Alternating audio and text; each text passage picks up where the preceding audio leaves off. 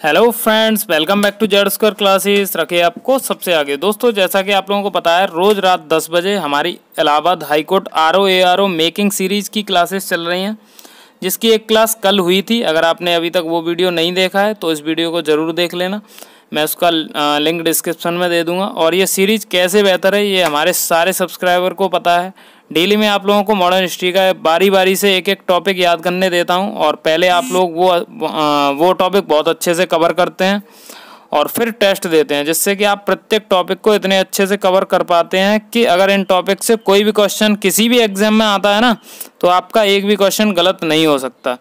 इस सीरीज में सबसे पहले हम मॉडर्न हिस्ट्री के एक एक टॉपिक को बहुत अच्छे से कवर करेंगे, और जब मॉडर्न हिस्ट्री हो जाएगी हमारी कंप्लीट, तब मैं आप लोगों के लिए पूरी मॉडर्न हिस्ट्री से कोई से 50 सिलेक्टेड क्वेश्चन का टेस्ट तैयार करूंगा, और जिसके भी मार्क्स ज़्यादा होंगे ना उस टेस्ट में, उसे फर्स्ट विनर घोषित किया जाएगा। और प्राइज़ के तौर पर एक छोटी सी अमाउंट जो कि 50 रुपये है, वो मैं आप लोगों के बैंक अकाउंट में ट्रांसफ़र करूँगा। तो आप लोग अच्छे से स्टडी करें और जो भी टॉपिक दिया जाए उसे अच्छे से ईमानदारी से कवर करें। हमारे इस सीरीज़ को ज्वाइन करें और फर्स्ट विनर बनने की पूरी कोशिश करें, जिससे आपके प्राइज जीतने के चांसेस तो होंगे ही, साथ ही आपकी तैयारी भी इतनी बेहतरीन हो जाएगी कि आप लोग किसी भी एग्जाम में मात नहीं खाएंगे इस मॉडर्न हिस्ट्री के टॉपिक को लेकर अभी। और मॉडर्न हिस्ट्री हो जाएगा, ऐसे ही हम बहुत सारे टॉपिक धीरे धीरे कवर करते चलेंगे। ठीक है, वीडियो शुरू करने से पहले हमारी फेवरेट लाइन याद है या नहीं याद है? क्या क्या याद है? हाँ, तो याद है तो फिर सोच क्या रहे हैं। उठाइए अपने दाएं हाथ का अंगूठा और सब्सक्राइब बटन दबा करके साइड में बेल आइकन को प्रेस जरूर करें, इसी तरह के यूजफुल वीडियो सबसे पहले पाने के लिए। तो चलिए शुरू करते हैं वीडियो।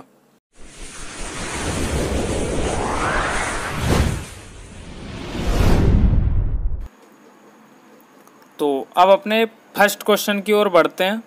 और पुर्तगाली उपनिवेश का प्रथम वायसराय भारत में कौन था? इसका आंसर आप लोगों को देना है, तो आप लोग कमेंट करिए जल्दी से जल्दी, और 5 सेकंड का टाइम है आप लोगों के पास। तो इसका आंसर है, देखो, अल्मीड़ा। अब इसके बारे में मैंने कुछ इन्फॉर्मेशन लिखी है, वो आप लोग ज़रूर पढ़िए। 1505 ईस्वी में फ्रांसिस्को द अल्मीड़ा भारत में पहला पुर्तगाली वायसराय बन के आया था 1505 में। फिर 1509 में दूसरा आया था, उसका नाम था अल्बुकुर्क। और इस अल्बुकुर्क ने 1510 में बीजापुर के शासक था बीजापुर का, उससे यूसुफ आदिल शाह से गोवा छीन लिया था और अपने अधिकार में कर लिया था। और तब से पुर्तगालियों की साख बहुत मजबूत हो गई थी इंडिया में। ठीक है ना, तो ये इन्फॉर्मेशन आप लोगों को जानना जरूरी था। बढ़ते हैं नेक्स्ट क्वेश्चन की ओर। निम्नलिखित में से किसने वास्को ड गामा का कालीकट में स्वागत किया था? तो 5 सेकंड है, बताइए जल्दी से आंसर।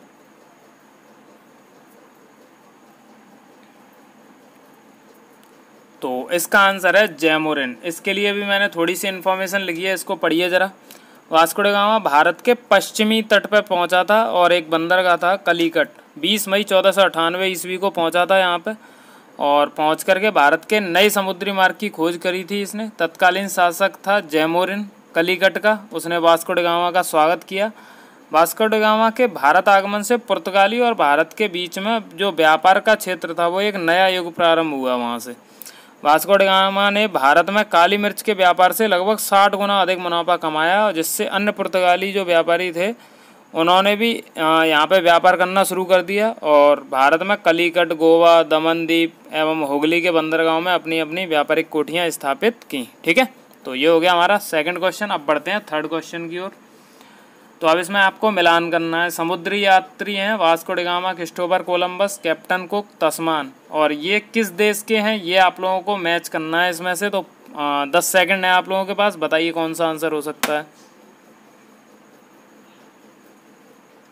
सोच समझ के आंसर दीजिएगा फ्रेंड्स। तो चलिए मैं ही बताता हूँ अब। तो वास्को ड गामा का है, वास्को ड गामा था पुर्तगाल का। ठीक है, फिर क्रिस्टोफर कोलंबस था, वो स्पेन का था। कैप्टन कुक था, वो ग्रेट ब्रिटेन का था। और तस्मान था, वो हॉलैंड का। ठीक है, तो इसका आंसर आप लोगों का हो गया 2, 1, 4, 3। ओके, तो बढ़ते हैं नेक्स्ट क्वेश्चन की ओर। तो जैसा कि आप लोगों को दिखाई दे रहा था, आंसर था इसका। अब भारत में पुर्तगाली शक्ति का जो वास्तविक संस्थापक है वो किसको माना जाता है? तो आप लोगों के लिए 5 सेकंड है इसके लिए, बताइए जल्दी से आंसर इसका कमेंट बॉक्स में। सोच समझ के आंसर दीजिएगा। तो इसका आंसर है अल्बुकर्क। इसके लिए भी मैंने थोड़ी सी हिंट लिखी हुई है आगे, वो पढ़िए ज़रा। भारत में पुर्तगाली शक्ति का वास्तविक संस्थापक है वो अल्बुकर्क को माना जाता है, लेकिन प्रथम वायसराय पूछा जाएगा तो फिर वो अल्मेड़ा था। ठीक है, वो 1505 में आया था, ये 1509 से 15 तक रहा था। इसने भारत में एक प्रादेशिक शक्ति के रूप में पुर्तगाली राज्य की स्थापना की थी, और ये हुआ कब था, जब उसने बीजापुर का जो आदिल शाह सुल्तान था उससे गोवा को जीत लिया था। ठीक है ना, तो ये बहुत बड़ी उपलब्धि थी उसके लिए। गोवा की विजय ने दक्षिण पश्चिमी समुद्र तट पर पुर्तगाली नौसैनिक प्रभुत्व पर मोहर लगा दी, जो नौसैनिक प्रभुत्व था उस पर मोहर लगा दी, और इसके साथ ही भारत में क्षेत्रीय पुर्तगाली राज्य की स्थापना हुई। अल्बुकर्क ने भारत में पुर्तगालियों की संख्या में वृद्धि करने और स्थायी बस्तियां बसाने के उद्देश्य से पुर्तगालियों को भारतीय महिलाओं के साथ विवाह करने के लिए भी प्रोत्साहित किया। तो आप लोग इन सब चीज़ों को ध्यान रखिएगा, तो आप लोगों का कोई भी क्वेश्चन गलत नहीं होगा। आप एक क्वेश्चन से 2-3 क्वेश्चंस को तैयार कर सकते हैं। तो बढ़ते हैं नेक्स्ट क्वेश्चन की ओर। पुर्तगालियों ने भारत में निम्नलिखित में से किस स्थान पर पहले दुर्ग का निर्माण किया था? तो बताइए आंसर कमेंट बॉक्स में जल्दी से, 5 सेकंड का टाइम है आप लोगों के पास।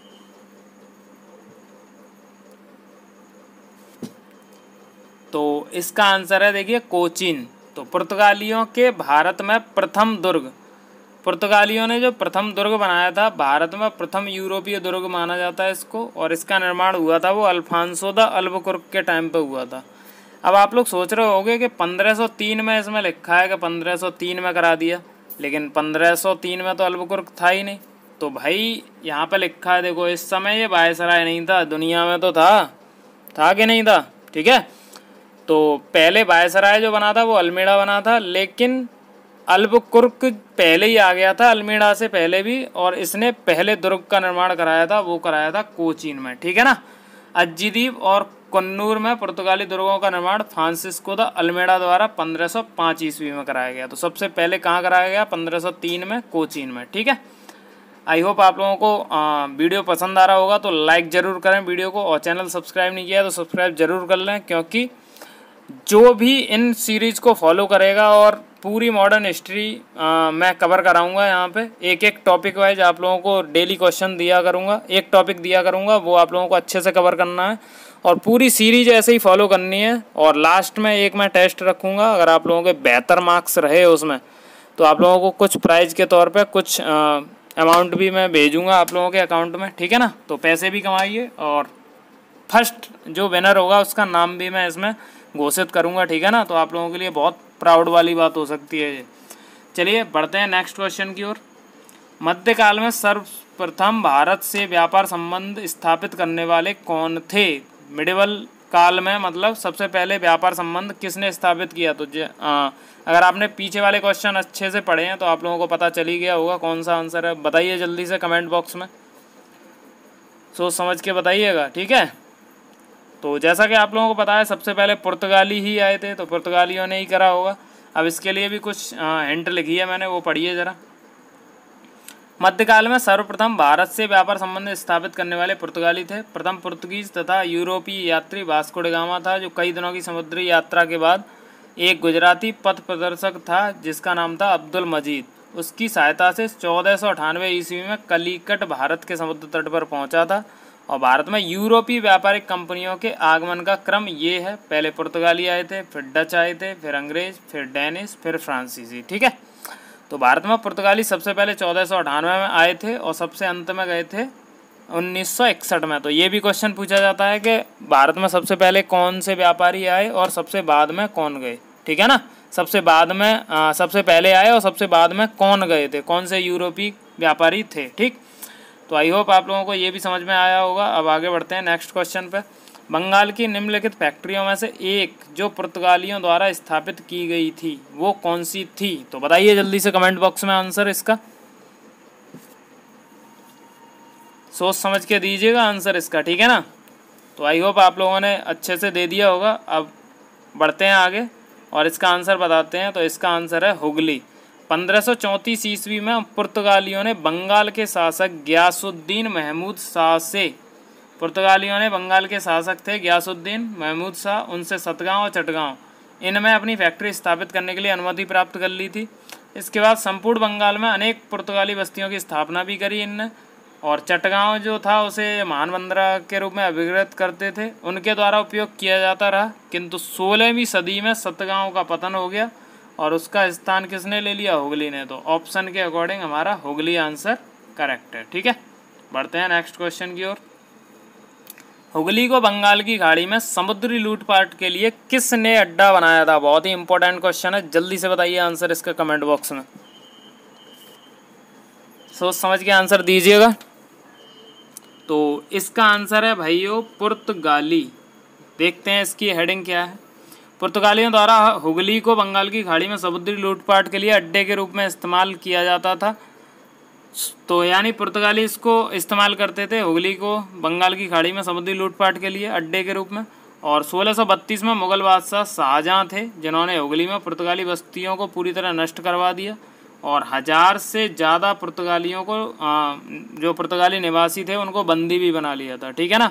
तो आप ये सब चीज़ें अगर अच्छे से पढ़ते रहेंगे ना, अगर आपने ये सीरीज़ भी अच्छे से फॉलो कर ली तो आप लोगों का कोई भी क्वेश्चन गलत होने वाला नहीं है, क्योंकि ये जो आप पढ़ रहे हो ना, ये यूपी पीसीएस भी निकाल दोगे आप लोग प्री, अगर इतना आप लोगों ने अगर ये अच्छे से ढंग से पढ़ लिया तो। ठीक है ना। तो चलिए आगे बढ़ते हैं।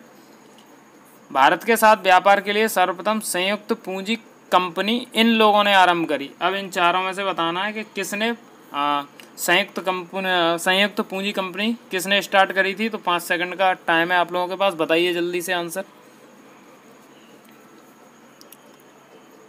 तो आई होप आपने आंसर दे दिया होगा और ये थे आपके डच। ठीक है, इसके लिए भी कुछ मैंने लिखा है, देखो। भारत के साथ व्यापार के लिए सर्वप्रथम संयुक्त पूंजी कंपनी डचों ने आरंभ की थी और 17वीं शताब्दी का जो प्रारंभ हुआ था तब हॉलैंड एक देश था, डच जहाँ रहते थे उसको हॉलैंड ही बोलते थे। ठीक है, हॉलैंड और नीदरलैंड। तो कोई शक्तिशाली राष्ट्र नहीं था ये तब, तो केंद्रीय सरकार शक्तिशाली थी नहीं उस टाइम पर। ठीक, तो इसलिए इनकी कंपनी के संगठन में अनेक लघु कंपनियों की रचना तथा नीदरलैंड हॉलैंड का संघीय रूप स्पष्ट नजर आता है। 1602 ईस्वी में डच हॉलैंड संसद द्वारा पारित प्रस्ताव से एक संयुक्त डच ईस्ट इंडिया कंपनी की स्थापना हुई। ठीक है ना, जिसकी कुल प्रारंभिक पूंजी कितनी थी? 65 लाख गिल्डर थी। ये क्वेश्चन पूछ लिया जाता है तो आप लोग अच्छे से ध्यान रखना इसको। इस कंपनी को डच संसद द्वारा 21 वर्ष के लिए भारत और पूर्वी देशों के साथ व्यापार करने, आक्रमण और विजय करने के संबंध में एकाधिकार दिया गया था। उसका पूर्वी केंद्र जो था इसका वो बटेविया था, जिसको वर्तमान में जकार्ता बोलते हैं। डच पूर्वी साम्राज्य का संचालन एक प्रशासन संयुक्त कंपनी के माध्यम से किया जाता था। इसके साझेदार एक निजी गुट के रूप में कार्य करते थे। ठीक है, तो बढ़ते हैं नेक्स्ट क्वेश्चन पे। हाँ, क्वेश्चन नंबर 10। भारत में ईस्ट इंडिया कंपनी की सफलता का राज क्या रहा? ऐसा क्या राज था जिससे वो सफल हो गए? तो आप लोग अच्छे से देखिए और आंसर दीजिए। 10 सेकंड का टाइम है आप लोगों के पास।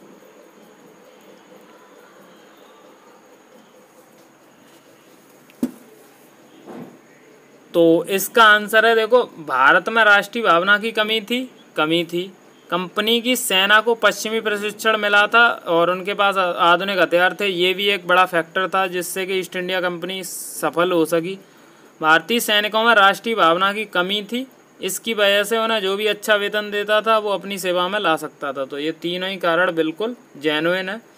तो ये हो गया हमारा 10वां क्वेश्चन। बढ़ते हैं अब 11वें क्वेश्चन पे। तो निम्नलिखित में से किस अंग्रेज अधिकारी ने पुर्तगालियों को स्वैली के स्थान पे हराया था? तो इसके लिए मैंने कुछ स्टोरी लिखी है पीछे कुछ, तो वो बताऊंगा, लेकिन पहले आप लोग आंसर दीजिए इसका 5 सेकंड में। सोच समझ के आंसर दीजिएगा। बहुत बेहतरीन और बहुत इंपॉर्टेंट क्वेश्चन है ये। तो इसका आंसर है थॉमस बेस्ट। तो कैप्टन विलियम हॉकिंस जो था वो सूरत से मुगल दरबार 1608 ईस्वी में पहुंचा। सूरत से मुगल दरबार में पहुंचा था, किंतु सूरत में फैक्ट्री की स्थापना की अनुमति पाने में सफल नहीं हो सका। तो पहले कैप्टन हॉकिंस 1608 में पहुंचा, सूरत से मुगल दरबार पहुंचा, लेकिन वहां पे अनुमति नहीं पा सका। 1611 में फिर पुर्तगालियों के विरोध के बावजूद कैप्टन मिडल्टन सूरत के समीप स्वाली पहुंचा। यहाँ पे लिखा नहीं है लेकिन आप लोग समझ लीजिएगा, स्वाली पहुंचा और मुगल गवर्नर से वहाँ व्यापार करने की अनुमति पाने में सफल हो गया, यानी 1611 में। कैप्टन बेस्ट द्वारा सूरत के बंदरगाह की विजय ने पुर्तगाली एकाधिकार की निरंतरता को भंग कर दिया और तदुपरांत अंग्रेजों ने सूरत में 1613 में स्थायी रूप से फैक्ट्री की स्थापना की। तो इसका आंसर हो गया हमारा थॉमस बेस्ट। ओके, बढ़ते हैं नेक्स्ट क्वेश्चन की। अब बढ़ते हैं अपने नेक्स्ट क्वेश्चन पे। लंदन में ब्रिटिश ईस्ट इंडिया कंपनी के गठन के समय भारत का निम्नलिखित में से कौन सा बादशाह था? तो ब्रिटिश ईस्ट इंडिया कंपनी की जो स्थापना हुई थी वो 1600 में हो गई थी। अब 1600 के आसपास कौन सा इनमें से राजा था, कौन सा बादशाह था, उससे आप लोग इजीली पिक आउट कर सकते हैं। तो देखिए कौन सा था, जल्दी से आंसर दीजिए 5 सेकंड में। तो आप लोगों ने दे दिया होगा आंसर। इसका है आंसर आपका अकबर। इसके लिए देखो ये पूरी लाइन मैंने लिख रखी है, वो पढ़ लीजिए थोड़ा सा। सितंबर 15 से 9 नहीं है, 1509 है, ठीक है, 1509 ईस्वी में लंदन में कुछ व्यापारियों ने लॉर्ड मेयर की अध्यक्षता में एक सभा का आयोजन किया। इसमें पूर्वी द्वीप समूह के साथ व्यापार करने की योजनाएं तैयार की गईं।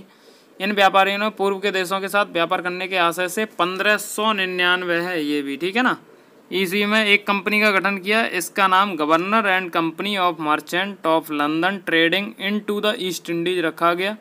इस दौरान भारत का बादशाह जो था वो अकबर था और इसका कार्यकाल है 1556 से 1605। तो आप लोग ये कार्यकाल याद रखिएगा तो आप लोग ईजिली फिर तो पिक आउट कर ही पाएंगे कि कौन सा कहाँ पे कौन था। ठीक, आगे बढ़ते हैं। निम्नलिखित में से प्रथम कर्नाटक युद्ध जो था उसका तत्कालिक कारण क्या था? मतलब तात्कालिक मतलब उस टाइम पर मेन रीजन क्या था ये प्रथम कर्नाटक युद्ध होने का? तो जल्दी से 5 सेकंड में आंसर दीजिए इसका। इसके लिए मैंने कुछ इसकी पीछे की जो स्टोरी है वो आगे बताऊंगा मैं इसको, लेकिन आप लोग तब तक आंसर दीजिए। तो इसका आंसर है अंग्रेजों द्वारा फ्रांसीसी जहाज़ों का अधिग्रहण कर लिया था। तो कर्नाटक का प्रथम युद्ध जो हुआ था 1746-48 में हुआ। ऑस्ट्रेलिया के उत्तराधिकार युद्ध जो कि 1740 में आरंभ हुआ था उसी का विस्तार हो गया था, विस्तार मात्र था ये कर्नाटक का पहला युद्ध। गृह सरकार की आज्ञा के विरुद्ध ही दोनों दल अंग्रेजी और फ्रांसीसी इनमें 1746 में युद्ध हो गया और कैप्टन बर्नेट के नेतृत्व में अंग्रेजी सेना द्वारा कुछ फ्रांसीसी जहाज जो थे उन पर अधिकार कर लेना ही युद्ध का तत्कालिक कारण बना। तो ये मोस्ट इंपोर्टेंट क्वेश्चन है, आप लोग जरूर इसको याद करिएगा। बढ़ते हैं नेक्स्ट क्वेश्चन की ओर। 14वां क्वेश्चन, निम्नलिखित में से कौन सा प्रथम यूरोपियन व्यक्ति था जिसने भूचित्र अर्जित करने के उद्देश्य से भारतीय राजाओं के झगड़ों में भाग लेने की नीति आरंभ की? तो बताइए जल्दी से इसका आंसर कौन सा है 5 सेकंड में। तो इसका आंसर है देखिए डुप्ले। तो इसके लिए भी देखिए कुछ लिखा है मैंने। डुप्ले ने पहली बार वे हथकंडे प्रयोग किए जो भारत को जीतने के लिए अंग्रेजों के मार्गदर्शक बने। यह डुप्ले ही था जिसने पहली बार यूरोपीय सेना को भारतीय राजदरबारों में और भारतीय व्यय पे ही नियुक्त करवाया। मतलब यूरोप की सेना थी और भारतीय राजदरबारों में वो नियुक्त होती थी। तो यूरोपीय जो कंपनी थी यूरोपियों का उन पर दबदबा रहता था क्योंकि उन्हीं की सेना है, लेकिन खर्चा उनका कौन उठाता था? भारतीय राजदरबारों से ही, भारतीय व्यय पे ही नियुक्त करवाया था उनको। जिसने पहली बार यूरोपीय हितों के लिए भारतीय राजनीति में हस्तक्षेप किया तथा भारत में यूरोपीय साम्राज्य की नींव किसने रखी? यूरोपीय साम्राज्य की नींव रखने वाला डुप्ले है, ठीक है। उसके बारे में जीवी मालसेन ने लिखा है, उसकी योजनाओं का प्रभाव उसके जाने के पश्चात भी रहा। वह भूमि जिसे उसने अपनी सूझबूझ से जोता था और उर्वर बनाया, वह क्षमता जो उसने दर्शाई उसके लौटने के तुरंत पश्चात उसके प्रतिद्वंदियों ने उपयोग की और उससे बहुत ज़्यादा लाभ कमाया, ठीक है। तो ये हो गया हमारा ये क्वेश्चन। अब बढ़ते हैं 15 क्वेश्चन पे। फ्रांसीसी ईस्ट इंडिया कंपनी की स्थापना कब हुई? कब हुई मतलब किसके शासनकाल में हुई? तो इसका आंसर दीजिए फटाफट से 5 सेकंड में, सोच विचार के आंसर दीजिएगा। हाँ, आपने दे दिया होगा मुझे लगता है आंसर। तो इसका आंसर है देखो लुई 14वां। तो लुई 14वें के शासनकाल में फ्रांसीसी ईस्ट इंडिया कंपनी की स्थापना हुई थी, ठीक है। बढ़ते हैं आगे नेक्स्ट क्वेश्चन की ओर। अंग्रेजी शासनकाल में भारत का कौन सा क्षेत्र था जो अफीम उत्पादन हेतु प्रसिद्ध था? तो अंग्रेजी शासनकाल में बताइए कौन सा भारत का ऐसा क्षेत्र था जो अफीम उत्पादन के लिए प्रसिद्ध था? 5 सेकंड में आंसर बताइए जल्दी से। तो इसका जो आंसर है वो है आप लोगों का बिहार, ठीक है। तो बिहार इसका आंसर है। आई होप आपने ये वीडियो बहुत ज़्यादा पसंद किया होगा। अगर पसंद आया हो और आपने बहुत ज़्यादा एंजॉय भी किया होगा, अगर आपको अच्छा लगा हो तो लाइक करें, शेयर करें, और अगर आपने अभी तक हमारा चैनल सब्सक्राइब नहीं किया तो सब्सक्राइब करके बेल आइकन ज़रूर प्रेस करें इसी तरह के यूज़फुल वीडियो सबसे पहले पाने के लिए। और ये जो हमारी सीरीज है उसको फॉलो करिए, जिससे कि आप लोग फर्स्ट विनर बनेंगे तो आपको कुछ प्राइज़ भी मिलेगा। आप लोगों को पता है क्या प्राइज़ मिलेगा, और अगर आप लोगों को नहीं पता है तो पहला वीडियो जो मैंने बनाया था वहाँ से भी आप लोग देख सकते हैं, और इस वीडियो में भी मैंने बताया है, ठीक है ना। तो और भी अगर आप लोगों की कोई भी डाउट क्वेरी है तो आप लोग कमेंट सेक्शन में लिखें, मैं ज़रूर आप लोगों के पूरी हेल्प करने की कोशिश करूँगा। और ये जो सेशन है, ये सीरीज़ चल रही है, वो रात को 10 बजे होती है हमारी, तो आप लोग इसमें बढ़ चढ़ के हिस्सा लें और फ़ायदा उठाएं ज़्यादा से ज़्यादा, और अपनी तैयारी को बूस्ट करें। तो मिलते हैं अगले वीडियो में, तब तक के लिए bye bye, take care, love you all.